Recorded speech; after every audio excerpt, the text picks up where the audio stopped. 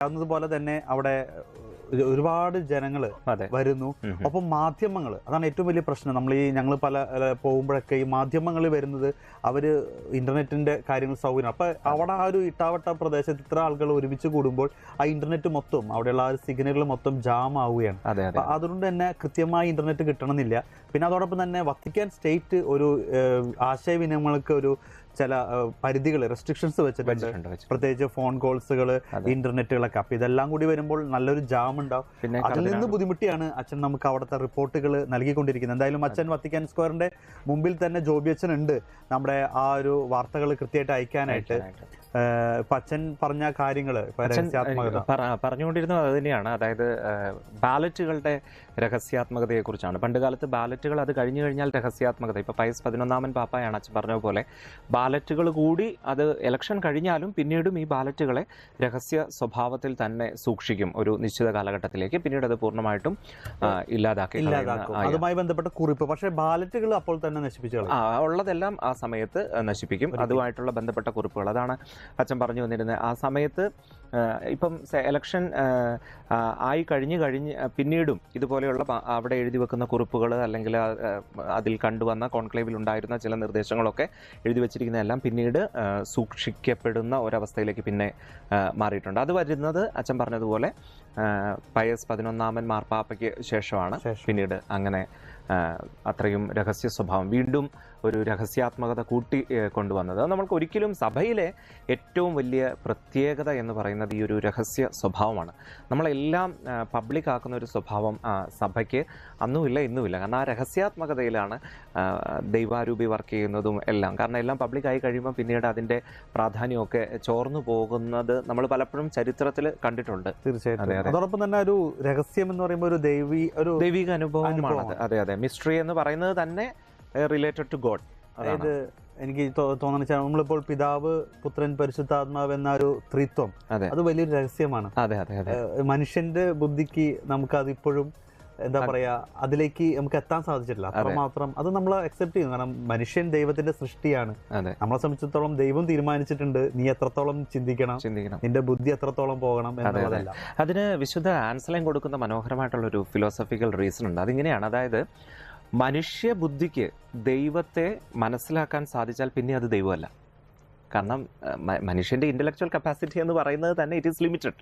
അപ്പം ദൈവത്തെ പൂർണ്ണമായിട്ട് ഈ സകല പ്രപഞ്ചവും സൃഷ്ടിച്ച് പരിപാലിക്കുന്ന ദൈവത്തെ, അദ്ദേഹത്തിൻ്റെ പൂർണ്ണതയിൽ ദൈവത്തെ നമുക്ക് മനസ്സിലാക്കുക എന്ന് പറഞ്ഞിട്ടുണ്ടെങ്കിൽ അത് ഒരിക്കലും നടക്കുന്ന കാര്യമല്ല. എനിക്ക് തോന്നുന്നു കുറച്ചും കൂടി ഇന്നത്തെ കാലഘട്ടത്തിൽ വെച്ച് നോക്കുമ്പോൾ നമ്മളിപ്പോൾ ഒരു മനുഷ്യനൊരു റോബോട്ടിനെ സൃഷ്ടിച്ചാൽ അവന് എത്രത്തോളം വരെ പോകാം എന്നുള്ളത് നമ്മൾ നിശ്ചയിക്കും.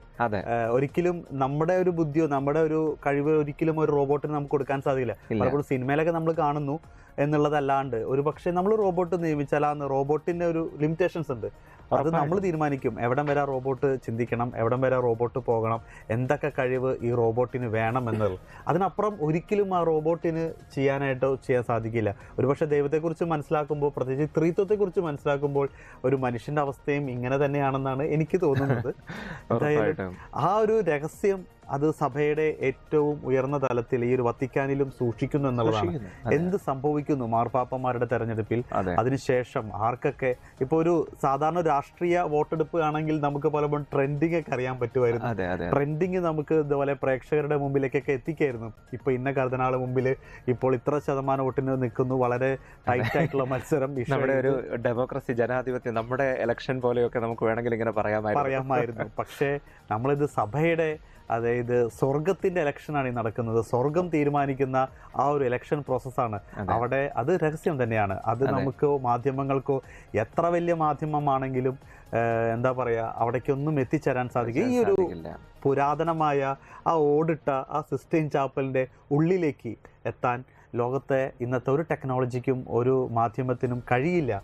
അതുകൊണ്ട് തന്നെയാണ് നമ്മൾ ഈ പുരാതനമായ ഈ പഴയ ഒരു, ഇടയ്ക്ക് നമുക്ക് തോന്നും തുരുമ്പൊക്കെ പിടിച്ച ഒരു ചിമ്മിണി എന്ന രീതിയിൽ ഫീൽ ചെയ്യുന്നു. അത്തരത്തിൽ വളരെ നിസ്സാരമായ ഒരു ചിമ്മിണിയിലേക്ക് നമ്മുടെ ക്യാമറ കണ്ണുകൾ തിരിച്ച് നമ്മളിങ്ങനെ നോക്കി നിൽക്കുകയാണ്. അതെ അതെ അതെ അതാണ് ദൈവത്തിന്റെ അതിന് മറ്റൊരു റീസൺ കൂടിയുണ്ട്. അതായത് ഉണ്ടല്ലോ, നമ്മൾ ഇന്ന് ജീവിക്കുന്ന ഒരു കാലഘട്ടം, അതിൽ മാർപ്പാപ്പയ്ക്കുള്ള പ്രാധാന്യം എന്ന് പറയുന്നത് വളരെ വലുതാണ്.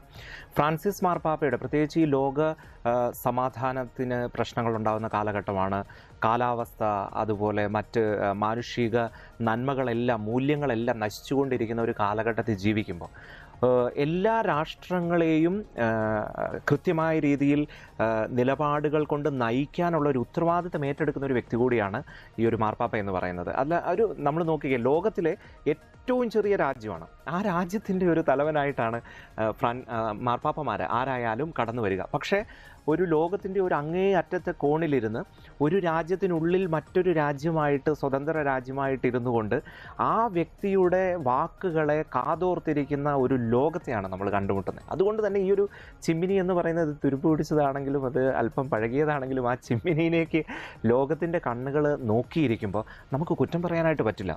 കാരണം ഈ ഒരു ഇപ്പോൾ പാകിസ്ഥാൻ ഇന്ത്യ യുദ്ധമൊക്കെ നടന്നുകൊണ്ടിരിക്കുന്ന സമയമാണ്, അല്ലെങ്കിൽ ലോകത്തെല്ലായിടത്തും സിറിയയിലാവട്ടെ മറ്റ് സ്ഥലങ്ങളിലാവട്ടെ പല സിവിൽ വാറുകളൊക്കെ നടന്നുകൊണ്ടിരിക്കുന്ന ഒരു സമയമാണ്. അപ്പോൾ ശക്തമായിട്ട് അതിനെതിരെ സംസാരിക്കാനുള്ള ഒരു ശബ്ദമാണ് മാർപ്പാപ്പയുടെ വിയോഗത്തിലൂടെ നിലച്ചുപോയത്. അതിനി ഉയരണം, ആ ഒരു ശബ്ദം ഇനി വീണ്ടും വരണമെങ്കിൽ ഈ ഒരു ചിമ്മിനിയിൽ ഒരു വെള്ളപ്പുക നമ്മൾ കാണണം, എന്നാലേ ഇനി ഒരു തുടർച്ച ഇതിനുള്ളൂ. അതുകൊണ്ട് ഈ ലോകം മുഴുവൻ ഒരു നിസ്സംശയം നമുക്ക് പറയാനായിട്ട് സാധിക്കും. എനിക്ക് ഉറപ്പുണ്ട് ഇപ്പോഴും രാഷ്ട്രീയ നേതാക്കന്മാരൊക്കെ ഇടയ്ക്കിടയ്ക്ക് എടുത്ത് നോക്കുന്നുണ്ടായിരിക്കും, വെള്ളപ്പുക ഉയർന്നോ വന്നോ. എല്ലാ രാജ്യങ്ങളും, കാരണം ഈവൻ അമേരിക്ക പോലും ഇപ്പോൾ ഒരു ലോക പോലീസായി നിന്നാൽ പോലും ഒരുപക്ഷെ വത്തിക്കാനിൽ നിന്നുള്ള ആ ഒരു സ്വരത്തെ അവർ മാനിച്ചിരുന്നു, അല്ലെങ്കിൽ അത് അവരുടെ ഉള്ളിൽ ഒരു ടെൻഷൻ ഉളവാക്കിയിട്ടുണ്ട്. വത്തിക്കാൻ നമുക്കെതിരെ നിൽക്കുന്നു എന്നുള്ളൊരു ടെൻഷൻ. വത്തിക്കാൻ എന്നറിയാം ഒരു സാധാ രാജ്യമാണ്, ഒരു ചെറിയ രാജ്യമാണ് ഒന്ന്, പക്ഷെ എങ്കിൽ പോലും അവിടെ മാർപ്പാപ്പയുടെ വാക്കിന്റെ ഒരു പവറാണ്. അതൊരു പക്ഷെ അതുകൊണ്ടൊക്കെ ആയിരിക്കും മാർപ്പാപ്പയുടെ മരണത്തിന് തൊട്ട് മുമ്പ് വരെ JD വാൻസ് അദ്ദേഹത്തെ വന്നൊന്ന് കണ്ട് സംസാരിച്ചിരുന്നു. മാർപ്പാപ്പ അപ്പോഴും ആവശ്യപ്പെട്ടത്, ഫ്രാൻസിസ് പാപ്പ ആവശ്യപ്പെട്ടത് ഈ കുടിയേറ്റക്കാരോടുള്ള നയമാണ്.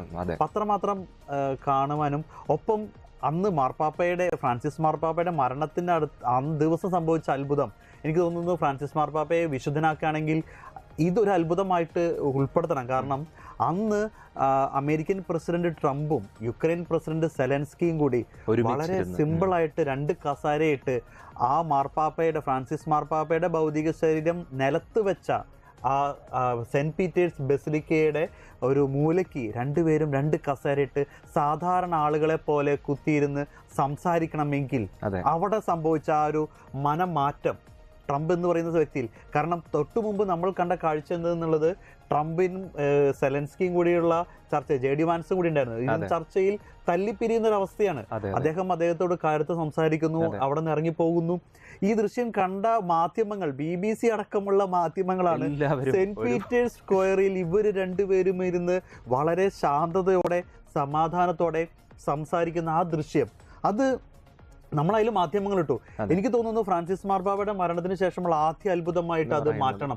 ഒരുപക്ഷെ സമാധാനത്തിന്റെ ഒരു ചർച്ച അവിടെ നടന്നേ, അവിടെ കയർക്കലല്ല, ഒന്നുമല്ല, സമാധാനത്തിന്റെ ചർച്ച. കാരണം ഫ്രാൻസിസ് മാർപ്പാപ്പ ഏറ്റവും കൂടുതൽ ആഗ്രഹിച്ച, പലപ്പോഴും എനിക്ക് തോന്നുന്നു അമേരിക്കൻ പ്രസിഡന്റിനെ വിളിച്ച് തന്നെ മാർപ്പാപ്പ സംസാരിച്ചിരുന്നു, ഈ യുക്രൈൻ പ്രസിഡന്റുമായിട്ടൊന്ന് സംസാരിച്ച് ഇതൊരു സമാധാനത്തിലേക്ക് കൊണ്ടുവരാനായിട്ട്. അത് അന്ന് മരിച്ച ആ ഒരു സമയത്ത് പാപ്പായ്ക്ക് പൂർത്തിയാക്കാനായിട്ട് സാധിച്ചു എന്നുള്ള, അതാണ് ആ ഒരു മാർപ്പാപ്പയുടെ അല്ലെങ്കിൽ സഭയുടെ, കത്തോലിക്ക സഭയുടെ തലവന്റെ ഭംഗി, പവർ എന്ന് പറയാം. കയ്യില് ആയുധങ്ങളൊന്നുമില്ല, കയ്യിലെ ആയുധങ്ങളോ രാജ്യത്തെ ആയുധങ്ങളോ ഒന്നുമില്ല, പക്ഷെ അദ്ദേഹത്തിന്റെ പവർ അല്ലെങ്കിൽ ആ മാർപ്പാപ്പയുടെ ആ ഒരു വാക്കാണ്. അതിനുള്ളിൽ മാർപ്പാപ്പയുടെ പ്രാർത്ഥനയാണ്. ഒരു പക്ഷേ വിളിച്ച് സംസാരിക്കുന്നു, മാധ്യമങ്ങളുടെ ആഹ്വാനം ചെയ്യുന്നതിനുപരി അമേരിക്കയ്ക്ക് വേണ്ടിയും ഈ ലോക യുദ്ധം നടക്കുന്ന രാഷ്ട്രങ്ങൾക്കൊക്കെ വേണ്ടിയൊക്കെ ഒരുപാട് പ്രാർത്ഥിച്ചിട്ടുണ്ട്. ഇപ്പോൾ നമ്മുടെ അച്ഛൻ നേരത്തെ പറഞ്ഞ ലിസ്റ്റില് നമ്മുടെ ഒരു ലിസ്റ്റ് എടുക്കുകയാണെങ്കിൽ, കർദിനാൾമാരുടെ പ്രധാനികളുടെ ലിസ്റ്റ് എടുക്കുകയാണെങ്കിൽ അതിൽ 1ാം സ്ഥാനത്തുള്ള കർദിനാൾ പിയത്രോ പരോളിൻ, അദ്ദേഹത്തെയാണ് ഫ്രാൻസിസ് മാർപ്പാപ്പ ആംബുലൻസിൽ യുക്രൈനിലേക്ക് വിട്ടത്. അവിടെ ആളുകൾക്ക് അവശ്യ സഹായം നൽകാനായിട്ട് ഒരു ആംബുലൻസിൽ യുക്രൈനിലേക്ക് വിട്ടത് പിയട്രോ പരോളിനെയാണ്. അത് ഒരു വട്ടം ഒന്നല്ല, 2-3 വട്ടം അദ്ദേഹം വിട്ടു എന്നുള്ളതാണ്. അദ്ദേഹമാണ് ഇപ്പൊ അടുത്ത മാർപ്പാപ്പയാവാനുള്ള ഒരു ചാൻസിലൊക്കെ ആദ്യമായിട്ടൊക്കെ നിൽക്കുന്നത്. ചാൻസ് അദ്ദേഹത്തിന് തന്നെയാണുള്ളത്. അപ്പൊ അത്തരത്തില് ഒരു യുദ്ധങ്ങളോടും ആളുകളോട് ഞാൻ ഇന്നലെ പറഞ്ഞൊരു കാര്യം, ഇന്ന് ഫ്രാൻസിസ് മാർപ്പാപ്പ ജീവിച്ചിരിപ്പുണ്ടെങ്കിൽ ഇപ്പോൾ ഒരു പക്ഷെ നമ്മുടെ മോദിയെ വിളിച്ചിരുന്നേനെ. ഇന്ത്യൻ പ്രധാനമന്ത്രിയെ വിളിച്ചിരുന്നേനെ. ഇന്ത്യയും പാകിസ്ഥാനും നടക്കുന്ന ഈ ഒരു ടെൻഷൻ, ഈ ഒരു യുദ്ധത്തിന്റെ ഒരു സമാനമായ ഒരു അവസ്ഥയിലേക്ക് പോകുന്ന അവസ്ഥയിൽ ഫ്രാൻസിസ് മാർപ്പാപ്പ ഉറപ്പായും അദ്ദേഹം വിളിച്ചിരുന്നേനെ. കാരണം അത്രമാത്രം സങ്കടം.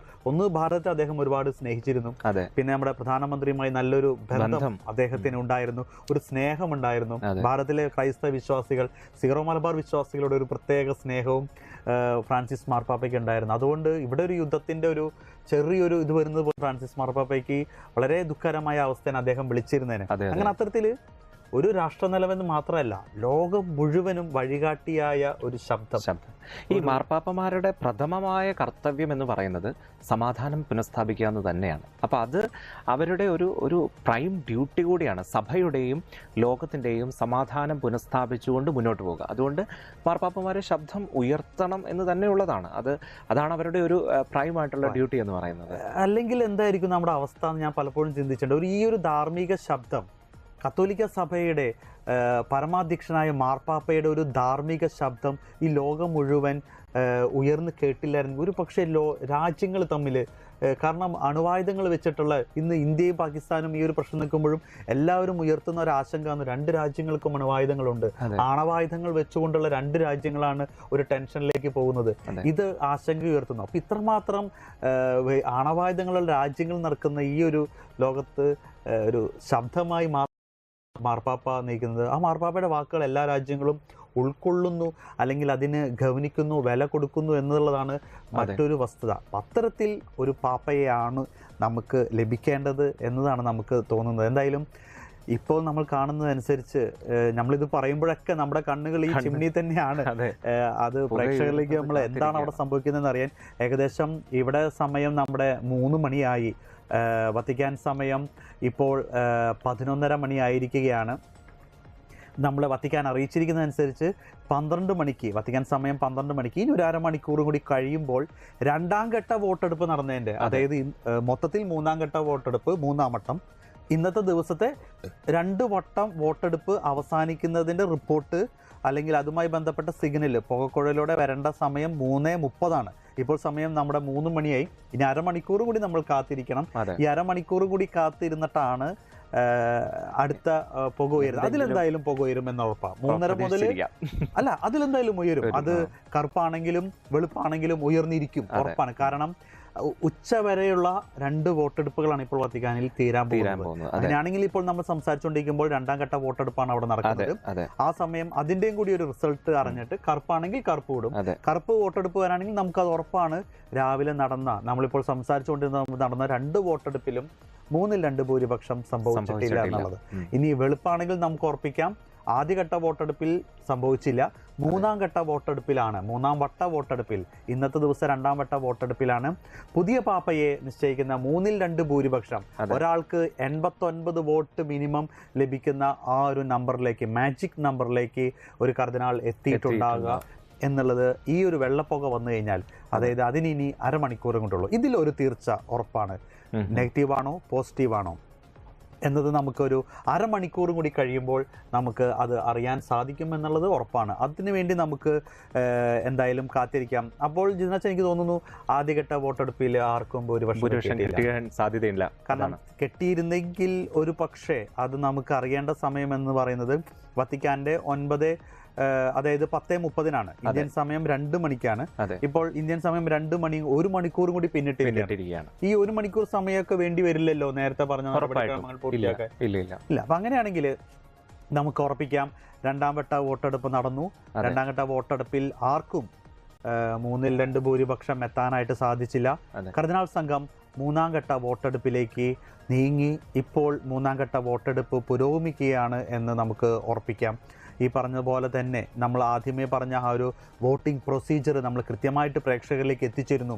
ഓരോ മിനിറ്റിലും വോട്ടിംഗ് നടക്കണേ എങ്ങനെയാണെന്നെല്ലാം, അതെല്ലാം ഇതുപോലെ തന്നെ വീണ്ടും ആവർത്തിക്കുകയാണ്.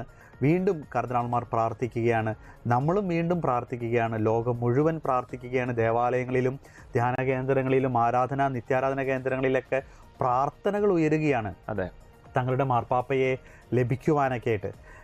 നേരത്തെ അച്ഛൻ പറഞ്ഞ കർദിനാൾ പീട്രോ പരോളിൻ, അദ്ദേഹം തന്നെയാണ് ആദ്യ സ്ഥാനത്ത് വരുന്നതും അല്ലേ? അങ്ങനെയെങ്കിൽ 2ാം സ്ഥാനത്തേക്ക് വരാൻ സാധ്യത രണ്ടാം സ്ഥാനത്തേക്ക് എനിക്ക് തോന്നുന്നു ഈ പിയട്രോ പരോളിനെ കുറിച്ച് പറയുകയാണെങ്കിൽ അദ്ദേഹം ഫ്രാൻസിസ് മാർപ്പാപ്പയുടെ ഒരു സന്തത സഹചാരി കൂടിയായിരുന്നു. അതെ അതെ. ഫ്രാൻസിസ് പാപ്പയുടെ പൊണ്ടിഫിന്റെ കാലഘട്ടം മുഴുവൻ അദ്ദേഹം വത്തിക്കാനിലെ സ്റ്റേറ്റ് സെക്രട്ടറി ആയിരുന്നു അദ്ദേഹം. അല്ല, അത് പ്രത്യേകത കൂടിയാണല്ലേ. ഒരു മാർപ്പാപ്പയുടെ കാലഘട്ടം മുഴുവൻ 12 വർഷവും സ്റ്റേറ്റ് സെക്രട്ടറി ആയിട്ട് നിൽക്കുന്നു. അതെ അതെ. വത്തിക്കാന്റെ ഒരു പ്രത്യേകത നമുക്കറിയാവുന്നതുപോലെ വത്തിക്കാന് എക്ലീസിയാസ്റ്റിക്കൽ മുഖമുണ്ട്, സഭയുടെ മുഖം, ആത്മീയതയുടെ മുഖം, അത് മുഴുവനും കൈകാര്യം ചെയ്യുന്നത് ഫ്രാൻസിസ് മാർപ്പാപ്പയാണ്. അറ്റ് ദ സെയിം ടൈം വത്തിക്കാന് ഒരു രാഷ്ട്രത്തിൻ്റെ ഒരു മുഖമുണ്ട്, ആ മുഖം കൈകാര്യം ചെയ്യുന്നതാണ് ശരിക്കും സ്റ്റേറ്റ് സെക്രട്ടറി. അപ്പോൾ ഫ്രാൻസിസ് മാർപ്പാപ്പ വളരെ വിശ്വസിച്ച് ഏൽപ്പിച്ചിരിക്കുന്നത് ഈ രാഷ്ട്രീയ കാര്യങ്ങളെയും മറ്റ്, പ്രത്യേകിച്ച് നമുക്കറിയാം, നമ്മൾ കണ്ടിട്ടുള്ളതിൽ വെച്ച്, സഭ കണ്ടിട്ടുള്ളതിൽ വെച്ച് ഏറ്റവും ശക്തനായ ഒരു ഡിപ്ലോമാറ്റ് എന്ന് നിസ്സംശയം പറയാവുന്ന ഒരു വ്യക്തിയാണ് കാർഡിനൽ പിയട്രോ പരോളിൻ. ഞാൻ അദ്ദേഹത്തെ ഈ പറഞ്ഞതുപോലെ വ്യക്തിപരമായിട്ട് കാണാനായിട്ട് എനിക്ക് സാധിച്ചിട്ടുണ്ട്. കാരണം ഞങ്ങളുടെ ആർച്ച് ബിഷപ്പ് കുര്യാക്കോസ് ഭരണി കുളങ്ങരയുടെ ബോസ് കൂടിയായിരുന്നു അദ്ദേഹം. അപ്പോൾ അങ്ങനെയും ഞാൻ പേഴ്സണലായിട്ട് പിതാവിനെ ഒരിക്കൽ കണ്ടിട്ടുണ്ട്, ഞങ്ങളുടെ പിതാവിൻ്റെ കൂടെ കണ്ടിട്ടുണ്ട്. അപ്പോൾ എന്തുകൊണ്ടും എങ്ങനെ നോക്കിയാലും പരോളിൻ എന്ന് പറയുന്ന ഒരു വ്യക്തി ഒരു ആപ്റ്റ് കാൻഡിഡേറ്റ് ആണെന്ന് ലോകം മുഴുവൻ പറയാനുള്ള പല കാരണങ്ങളിലൊന്ന് അദ്ദേഹം മറ്റ് ലോക രാജ്യങ്ങളുമായിട്ട് വച്ചു പുലർത്തുന്ന നയതന്ത്ര ബന്ധമാണ് ഒരു കാര്യം. രണ്ട്, അദ്ദേഹത്തിന് കൃത്യമായിട്ടുള്ള നിലപാടുകളുണ്ട്. ആത്മീയ മേഖലയിലും രാഷ്ട്രീയ മേഖലകളിലും കൃത്യമായിട്ടുള്ള നിലപാടുകൾ പുലർത്തുന്ന ഒരു വ്യക്തിയാണ് അദ്ദേഹം. അതുപോലെ തന്നെ ഈ സ്വർഗ വിവാഹത്തിലും അതുമായി ബന്ധപ്പെട്ട അദ്ദേഹം നിലപാടുകൾ തുറന്നു പറഞ്ഞിട്ടുണ്ടെന്ന് തോന്നുന്നു അല്ലേ. ഡിപ്ലോമാറ്റുകളുടെ ഒരു പ്രത്യേകത എന്ന് പറയുന്നത് അവർക്ക് എല്ലാ കാര്യങ്ങളും തുറന്നു പറയാനുള്ള അനുവാദം പലപ്പോഴും ഇല്ല. എങ്ങനെയാണ് അതിനെക്കുറിച്ച്, പ്രത്യേകിച്ച് സ്റ്റേറ്റ് സെക്രട്ടറിമാരൊക്കെ എപ്പോഴും രഹസ്യ സ്വഭാവം പല കാര്യങ്ങളിലും, പ്രത്യേകിച്ച് മാർപ്പാപ്പമാർ ചില കാര്യങ്ങൾ പറയുമ്പം കൃത്യതയില്ലാതെ ആയി വന്നേക്കാം. അതായത് മീഡിയയൊക്കെ അതിനെ തിരിച്ച് വ്യാഖ്യാനിച്ചേക്കാം. പ്രത്യേകിച്ച് ഈ സ്വർഗ വിവാഹത്തെക്കുറിച്ചൊക്കെ ഫ്രാൻസിസ് മാർപ്പാപ്പ ഒരിക്കലും സഭയുടെ പഠനങ്ങളിൽ നിന്ന് മാറി നിന്നുകൊണ്ട് യാതൊരു വിധത്തിലുള്ള അഭിപ്രായവും പറഞ്ഞിട്ടില്ല. പക്ഷെ അത് പിന്നീട് നമ്മൾ നോക്കുമ്പോൾ ലോക രാഷ്ട്രങ്ങൾ, മാധ്യമങ്ങളൊക്കെ അതിനെ പല രീതിയിൽ മാറ്റി പറഞ്ഞിട്ടുണ്ട്, വ്യാഖ്യാനങ്ങൾ പലത് കൊടുത്തിട്ടുണ്ട്. പക്ഷെ അപ്പോഴൊക്കെ എനിക്ക് തോന്നുന്നു കർദിനാളുമാരാകട്ടെ അല്ലെങ്കിൽ വൈദികരും എല്ലാവരും തന്നെ മാർപ്പാപ്പ എന്താണ് പറഞ്ഞതെന്ന് ലോകത്തെ മനസ്സിലാക്കിക്കാനായിട്ടും ശ്രമിച്ചിട്ടുണ്ട്. സഭയ്ക്കൊരിക്കലും സഭയുടെ നിയമങ്ങളും അതുപോലെ നിലപാടുകളും മാറ്റി നിർത്തിക്കൊണ്ട് ഒരു അവസ്ഥയെ നമുക്ക് സങ്കല്പിക്കാനായിട്ട് സാധിക്കില്ല. പിയട്രോ പരോളിൻ അതുകൊണ്ട് തന്നെ പലപ്പോഴും വളരെ ശക്തനായിട്ടുള്ള ഒരു കാൻഡിഡേറ്റ് തന്നെയായിട്ട് ഇങ്ങനെ നിലനിൽക്കുന്നു. ഇറ്റാലിയൻകാരനാണ് ഒന്നാമത്തെ ഒരു കാര്യം, ഇറ്റാലിയൻകാരനാണ്. പക്ഷേ ഇറ്റാലിയൻകാരുടെ ആ സ്വതസിദ്ധമായ ശൈലിയിൽ നിന്ന് ഉയർന്ന് എല്ലാ രാഷ്ട്രങ്ങളും ഒരുപോലെ സമ്മതനായിട്ടുള്ള ഒരു വ്യക്തിയായിട്ട് പിയട്രോ പരോളിൻ ഉയരുകയാണ്. അതോടൊപ്പം തന്നെ ഇന്നലെ നടന്ന ആ ഒരു ചടങ്ങില് ഓത്തിന്റെ ആ ഒരു ഇതിൽ മൊത്തം അധ്യക്ഷത വഹിച്ചത് പിയട്രോ പരോളിൻ ആയിരുന്നു. അതെ, അതുകൊണ്ട് തന്നെ ഈ ഒരു ചാൻസ് എപ്പോഴും കടപ്പുണ്ട്. ഫ്രാൻസിസ് മാർപ്പാപ്പയുടെ സന്തത സഹചാരി എന്നതൊക്കെ അല്ലേ, അദ്ദേഹത്തെ വിളിക്കാം, കാരണം അത്രമാത്രം വിശ്വസിച്ച്. അങ്ങനെയാണെങ്കിൽ ഫ്രാൻസിസ് മാർപ്പാപ്പ, ഞാൻ ഇന്നലെ പറഞ്ഞ ഒരു വാക്ക് തുടരും എന്നത് ഇപ്പോഴത്തെ ഒരു ഇതാണല്ലോ, ഇപ്പോഴത്തെ ഒരു ക്യാപ്ഷനാണല്ലോ, തുടരും. അങ്ങനെയാണെങ്കിൽ ഫ്രാൻസിസ് മാർപ്പാപ്പ തുടരും എന്ന് തന്നെ നമുക്ക് പറയാം അല്ലേ? അതെ അതെ അതെ, ഉറപ്പായിട്ടും. പിയട്രോ പരോളിൻ ആണെങ്കിൽ, പിയട്രോ പരോളിൻ വേറൊരു രീതിയിൽ പറഞ്ഞു കഴിഞ്ഞാൽ അദ്ദേഹം വളരെയധികം ആത്മീയ ലിറ്റർജിക്കൽ കാര്യങ്ങളിലൊക്കെ വളരെ സ്ട്രിക്റ്റ് ആയിട്ടുള്ള ഒരു വ്യക്തി കൂടിയാണ്. ഒരേ സമയം ലിബറൽ ചിന്താഗതികൾ ഉള്ളപ്പോൾ തന്നെ സഭയിൽ വളർച്ച വേണമെന്ന് ചിന്തിക്കുമ്പോൾ അത് സഭാ നിയമങ്ങളോട്, സഭയോട് ചേർന്ന് നിന്ന് തന്നെ കൃത്യവും വ്യക്തവുമായിട്ടുള്ള നിലപാടുകൾ, ലിറ്റർജിയിലാവട്ടെ അല്ലെങ്കിൽ മറ്റ് മോറൽ വിഷയങ്ങളിലാവട്ടെ, എല്ലാ മേഖലകളിലും അത് കൃത്യമായി നിലനിർത്തുന്ന ഒരു വ്യക്തി കൂടിയാണ് കാർഡിനൽ പിയട്രോ പരോളിൻ. റോമിൽ 7 വർഷം പഠിച്ചിരുന്നു. അതിനെ കുറിച്ച് എന്തായിരുന്നു, ഏതായിരുന്നു? ഞാൻ ശരിക്കും ഫിലോസഫിയും തിയോളജിയുമാണ് റോമിൽ പഠിച്ചത്. ഫിലോസഫി പഠിക്കുന്ന കാലഘട്ടത്തിൽ മുതൽ ഫ്രാൻസിസ് മാർപ്പാപ്പയെ പലവട്ടം കാണാനും ഒക്കെ ആയിട്ട് സാധിച്ചിട്ടുണ്ട് എന്നുള്ളത് തിയോളജി പഠിക്കുന്ന സമയത്ത് ഫ്രാൻസിസ് മാർപ്പാപ്പ തന്നെയായിരുന്നു. എനിക്ക് ആ കാര്യത്തിൽ രസകരമായിട്ടുള്ള ഒരു ഓർമ്മയുണ്ട്. അതായത് ബെനഡിക്റ്റ് പാപ്പ ആ കാലഘട്ടത്തിൽ ജീവിച്ചിരിപ്പുണ്ട്. അപ്പോൾ ബെനഡിക്റ്റ് പാപ്പായെ കാണണമെന്നുള്ളത് റോമിൽ തിയോളജി പഠിക്കുന്ന എല്ലാവരുടെയും വളരെ ശക്തമായിട്ടുള്ള ഒരു ആഗ്രഹമാണ്. കാരണം തിയോളജിയിൽ ഒരു മറ്റൊരാൾ, അതായത് 1200കളിൽ സെയിൻറ്റ് തോമസ് അക്വീനാസ് തിയോളജിയുടെ ഒരു ബണ്ടിൽ ഓഫ് നോളജ് നമുക്ക് സഭയ്ക്ക് പ്രദാനം ചെയ്യുന്നത് തോമസ് അക്വീനാസ് ആണ്. അത് കഴിഞ്ഞിട്ട് പിന്നീട് ഇങ്ങോട്ട് നമ്മൾ നോക്കിയാൽ സഭയിൽ ഇത്രമാത്രം പ്രഗത്ഭനായ, ഇൻ്റലിജൻ്റായ തിയോളജിയൻ വേറെ ഉണ്ടായിട്ടില്ല. ആ ഒരു സ്ഥാനം അലങ്കരിക്കുന്നത് ബെനഡിക്റ്റ് പാപ്പയാണ്. അതുകൊണ്ട് തിയോളജി പഠിക്കുന്ന വൈദികർക്ക് എല്ലാവർക്കും, സെമിനാരിയൻസിന് എല്ലാവർക്കും ബെനഡിക്റ്റ് പാപ്പായെ ഒന്ന് നേരിട്ട് കാണണമെന്നുള്ളത് ശക്തമായിട്ടുള്ള ആഗ്രഹമായിരിക്കും. വളരെ ചുരുങ്ങിയ കാലഘട്ടമേ അദ്ദേഹം പേപ്പസിയിൽ ഇരുന്നിട്ടുള്ളെങ്കിൽ പോലും അദ്ദേഹത്തിനോടൊരു സ്നേഹം എല്ലാ വ്യക്തികൾക്കും ഉണ്ട്. പല രീതിയിൽ പല കാര്യങ്ങളും അതിനുണ്ടെങ്കിലും ഒന്ന് തിയോളജിയാണ്. അപ്പം ഞാൻ ബെനഡിക്റ്റ് പാപ്പായെ കാണാനായിട്ട് വളരെയധികം ആഗ്രഹിച്ചു. അപ്പോൾ ഒരിക്കൽ ഞാൻ ഫ്രാൻസിസ് മാർപ്പാപ്പയുടെ കയ്യിൽ നേരിട്ട് ഈ ബെനഡിക്റ്റ് പാപ്പായെ കാണാനുള്ള ഒരു കത്ത് കൊടുത്തു. നേരിട്ട് കൊടുത്തു. അതെ, ഫ്രാൻസിസ് മാർപ്പാപ്പയെ കാണാനായിട്ട് ഞങ്ങൾക്കൊരു അവസരം ലഭിച്ചു. അപ്പം ഞാൻ തലേദിവസം തന്നെ ഞങ്ങൾ രണ്ടച്ഛന്മാർ, ഇപ്പം രണ്ടുപേരും അച്ഛന്മാരാണ്, ഒരാൾ കാനഡയിലാണ് അച്ഛൻ. അപ്പം അച്ഛൻ്റെ പേരൊക്കെ എഴുതി വളരെ കൃത്യമായി അഡ്രസ് എഴുതി. എങ്ങനെയായിരുന്നു ലെറ്റർ ഞാൻ വളരെ സ്നേഹത്തോടെ എഴുതി, പരിശുദ്ധ പിതാവേ, അങ്ങേ ഒരു വട്ടമെങ്കിലും നേരിൽ കാണാനായിട്ട് എനിക്കൊരു ആഗ്രഹമുണ്ട്, പിന്നെ എനിക്കിതിനൊരു മറുപടി ലഭിക്കുമെന്ന് ഞാൻ പ്രതീക്ഷിക്കുന്നു എന്നുള്ള രീതിയിലാണ് കത്ത് കൊടുത്തത്. അപ്പോൾ കത്ത് കൊടുക്കുമ്പോഴും അറിയാമായിരുന്നു, കാരണം ബെനഡിക്റ്റ് പാപ്പ വളരെയധികം ക്ഷീണിതനായിട്ടുള്ള ഒരു സമയമാണ്. ആളുകളെ വിസിറ്റേഴ്സിനെ ഈ ബെനഡിക്റ്റ് കത്ത് കൊടുത്ത് ഫ്രാൻസിസ് മാർപ്പാപ്പയുടെ കയ്യിൽ. അതാണ് രസകരമായിട്ടുള്ള കാര്യം. അതായത് പാപ്പായുടെ കയ്യിൽ ഞാൻ ഈ കത്ത് കൊടുത്തു. ഈ കത്ത് കൊടുത്തിട്ട് ഞാൻ പാപ്പായോട് ചോദിച്ചു, പാപ്പേ, ഇത് ബെനഡിക്റ്റ് പാപ്പയുടെ കയ്യിലൊന്ന് കൊടുക്കുമോ? ഫ്രാൻസിസ് മാർപ്പാപ്പയുടെ ഒരു നിഷ്കളങ്കത, അല്ലെങ്കിൽ അദ്ദേഹത്തിന്റെ ഒരു എളിമ എന്ന് പറയുന്നത് അതൊരു ലെറ്റർ കൊടുത്തിട്ട് എനിക്ക് ബെനഡിക്റ്റ് മാർപ്പാപ്പയെ കാണണമെന്ന് പറയാം. അതെ. പക്ഷേ എനിക്ക് ബെനഡിക്റ്റ് പാപ്പായുടെ കത്ത് വന്നു. ബെനഡിക്റ്റ് മാർപ്പാപ്പയുടെ ദേവൂസ് കാരിത്താസ് എസ്ത് എന്ന് പറയുന്ന പാപ്പായുടെ ചാക്രിക ലേഖനത്തിൽ പാപ്പ ഒപ്പിട്ട് എനിക്ക് പാപ്പായുടെ ഒരു കത്ത് വന്നു. ആ കത്തിൽ ഇങ്ങനെ പാപ്പായുടെ സെക്രട്ടറി എഴുതിയിരുന്നു, എനിക്ക് തീരെ സുഖമില്ലാത്തതിനാൽ ഞാനിപ്പോൾ ആളുകളെ അനുവദിക്കുന്നില്ല എന്ന് പറഞ്ഞ് എനിക്ക് കത്ത് വന്നു. അതായത് ഫ്രാൻസിസ് മാർപ്പാപ്പ അത് ബെനഡിക്റ്റ് പാപ്പായ്ക്ക് കൊടുത്തു. ബെനഡിക്റ്റ് പാപ്പായുടെ പേഴ്സണൽ സെക്രട്ടറിക്ക് ഈ കത്ത് കൈമാറി എന്നുള്ളതാണ്. അപ്പം ഞങ്ങൾ പലപ്പോഴും കത്തെഴുതി, വത്തിക്കാനിൽ നിന്ന് കത്തെഴുതിയിട്ടൊന്നും പാപ്പായുടെ. അപ്പം എൻ്റെ മനസ്സിൽ ഈ ബെനഡിക്റ്റ് പാപ്പായിട്ടുള്ള ആരാധന ഭയങ്കരമാണ്. അപ്പം അങ്ങനെയാണ് നേരിട്ട് ഈ കത്ത് കൊടുത്തത്. ആ ലെറ്റർ, ആ പുസ്തകം ഇന്നും ഞാൻ പൊന്നുപോലെ സൂക്ഷിച്ച് എൻ്റെ കയ്യിൽ വെച്ചിട്ടുണ്ട്. കാരണം അത് ബെനഡിക്റ്റ് പാപ്പായുടെ ഒരു സമ്മാനമാണ് എനിക്ക് പേഴ്സണലായിട്ട്. എനിക്ക് തോന്നുന്നു നാളേക്ക് ഒരു പക്ഷേ നമ്മൾ ബെനഡിക്റ്റ് മാർപ്പാപ്പയുടെ മരണസമയത്ത് നമ്മൾ കണ്ട അവിടെ മൊത്തം ഉയർന്നൊരു പ്ലക്കാർഡുകളുണ്ട്, സാന്താ സുബിത്തോ. കറക്റ്റാണോ? അതെ, കറക്റ്റ്. ഓക്കെ, സാന്താ സുബിത്തോ എന്ന് പറഞ്ഞ് എഴുതി.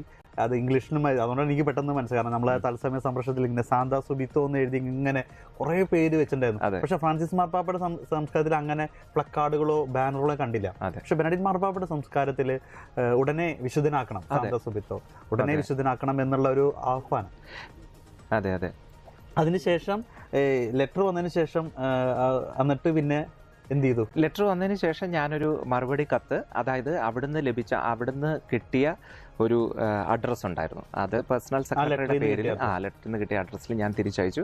അതോടുകൂടി അവസാനിച്ചു. പക്ഷേ എനിക്ക് ബെനഡിക്റ്റ് പാപ്പായെ പിന്നെ കാണാനായിട്ടൊരു അവസരം ലഭിച്ചത് 2017 കരുണയുടെ വാതിൽ തുറന്നത്, അല്ലേ? 2017 കരുണയുടെ വാതിൽ തുറക്കുന്ന സമയത്ത് ഞങ്ങൾ അകലെ നിന്നാണെങ്കിലും ഒരു വട്ടം ബെനഡിക്റ്റ് പാപ്പായെ കാണാനുള്ള ഒരു അവസരം ഉണ്ടായെന്നുള്ളത് സത്യമാണ്. അതെ. പിന്നീട് പാപ്പ നമുക്കറിയാവുന്ന പോലെ ആരോഗ്യപരമായിട്ടുള്ള പല കാരണങ്ങളാൽ മെത്രാന്മാരെ പോലും കാണുന്നില്ലാതിരുന്ന ഒരു സമയം ബെനഡിക്റ്റ് പാപ്പായ്ക്ക് ഉണ്ടായിരുന്നു. എങ്കിലും ഇതുപോലെ റോമിൽ പഠിക്കുന്ന അച്ഛന്മാർക്കും സിസ്റ്റേഴ്സിനും വ്യക്തിപരമായിട്ടുള്ള ചില അനുഭവങ്ങൾ, അത് സഭയുടെ കേന്ദ്രത്തിൽ നിന്ന് നമുക്ക് ലഭിക്കുന്ന മറക്കാനാവാത്ത വജ്രങ്ങളെ പോലെ സൂക്ഷിക്കാൻ സാധിക്കുന്ന ചില അനുഭവങ്ങൾ നമുക്ക് ലഭിക്കും എന്നുള്ളത് സത്യമാണ്. ഓക്കെ, ഞാൻ ഇത് അച്ഛൻ പറയുമ്പോൾ എനിക്ക് വളരെ ഒരു രസകരമായിട്ടത് തോന്നുകയാണ്. ഇതിപ്പോൾ ഫ്രാൻസിസ് മാർപ്പാപ്പ മാനുഷികമായിട്ട് ചിന്തിക്കുകയാണെങ്കിൽ, ദൈവിക മാനുഷികം ചിന്തിക്കും, അവൻ എന്നെ കണ്ടതും പോരാ,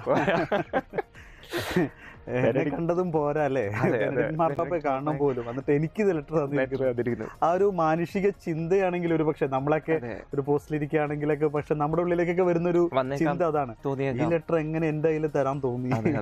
ശരിക്കും നമ്മുടെ നേരത്തെ ചോദിച്ച പോലെ ഒരു ധൈര്യം എനിക്ക് എവിടുന്നോ ലഭിച്ചു എന്നുള്ളത് സത്യമാണ്. എല്ലാവരും അന്നേരം ബ്രദേഴ്സൊക്കെ അവിടെ ഉണ്ടായിരുന്നവർ പറഞ്ഞു, കാരണം ഞങ്ങൾ ഇത് രണ്ടുപേരും കത്തുകൾ രഹസ്യമായിട്ട് എഴുതിയത്. അപ്പം ഞങ്ങൾ റൂമിൽ വന്നിരുന്ന് ചിന്തിച്ചു, എന്നാൽ പാപ്പായുടെ അടുത്തൊന്ന് കൊടുത്താലോ, കാരണം ഞങ്ങൾ രണ്ടുപേരും ഒരുപോലെ ഫ്രാൻസിസ് മാർപ്പാപ്പയെ സ്നേഹിക്കുന്ന ഒരു വ്യക്തിയായിരുന്നു. അദ്ദേഹത്തിൻ്റെ പേര് ഫാദർ ജെർലിൻ കടപ്ലാക്കലാണ്.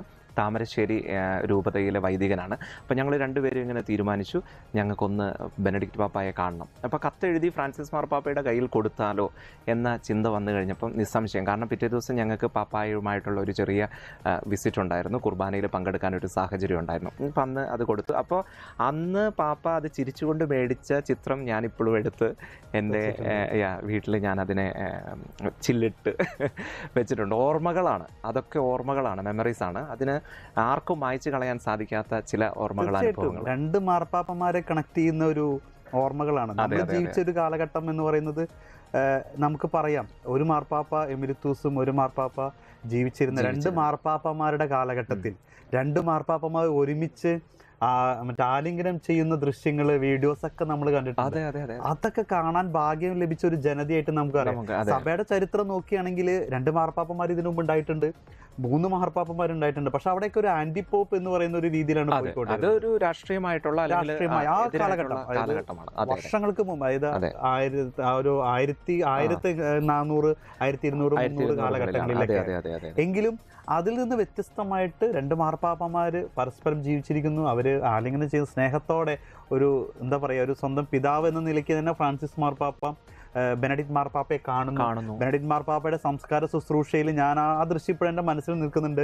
അദ്ദേഹത്തിന്റെ ഭൗതിക ശരീരം പെട്ടിയിൽ അടച്ചിട്ട് ആ ഒരു വത്തിക്കാൻ ചത്തുരത്തിന്റെ മുമ്പിൽ ഇങ്ങനെ വെക്കുമ്പോൾ ഒരു പിതാവിനെ യാത്രയാക്കുന്ന ഒരു മകനെ പോലെ അതിന്റെ മുമ്പിൽ ഇങ്ങനെ ഇരിക്കുന്ന ഫ്രാൻസിസ് മാർപ്പാപ്പ സഭയുടെ ചരിത്രത്തിൽ എനിക്ക് തോന്നുന്നു രണ്ടാമത്, അല്ലെങ്കിൽ ഒരു ആദ്യം എന്ന് തന്നെ നമുക്ക് വേണമെങ്കിൽ പറയാം, ഇത്തരത്തിലൊരു പോപ്പ് മറ്റൊരു പോപ്പിനെ യാത്രയാക്കുന്നത്. ഫ്രാൻസിസ് മാർപ്പാപ്പയുടെ സംസ്കാര ശുശ്രൂഷയൊക്കെ നമ്മൾ കണ്ടതാണ്.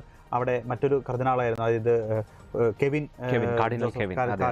ജോസഫ് കർമ്മലിംഗോ ആയിരുന്നതായിരുന്നു. പക്ഷെ ഇവിടെ ആ ഒരു ഫ്രാൻസിസ് മാർപ്പാപ്പ ഇരുന്ന ദൃശ്യം, ആ ഒരു പെട്ടിക്ക് മുമ്പിൽ ഇങ്ങനെ ഇരിക്കുന്നു, അവസാനം കൈകൾ വെച്ച് യാത്രയാക്കുന്ന ദൃശ്യം, അതെല്ലാം ഇപ്പോഴും നമ്മുടെ മനസ്സിൽ കിടക്കുക. അത് മറ്റൊരു തലമുറയ്ക്ക് കാണാൻ സാധിക്കുമ്പോൾ എന്നൊന്നും അറിയില്ല ഇത്തരത്തിൽ കാഴ്ച. അപ്പൊ ആ ഒരു കാലഘട്ടത്തിൽ ജീവിച്ച നമ്മൾ ഭാഗ്യമുള്ളവരാണ്. എന്തായാലും ജോബി അച്ഛനിലേക്ക് നമുക്ക് പോകാം. ജോബി